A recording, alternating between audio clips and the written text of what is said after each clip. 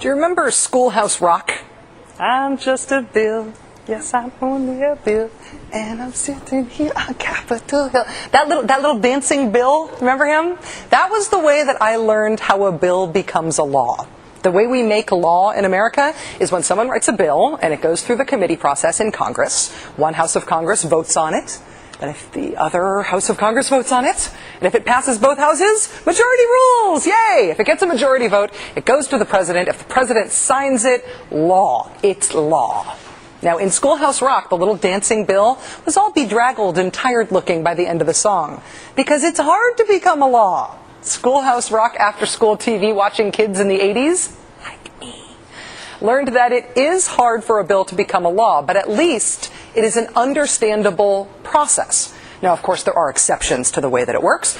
There can be filibusters in the Senate where a senator can block or at least delay the Senate vote on a bill. That filibuster thing is now being used in the Senate like it never was before. Say I was like 8 when I was memorizing the lyrics to Schoolhouse Rock.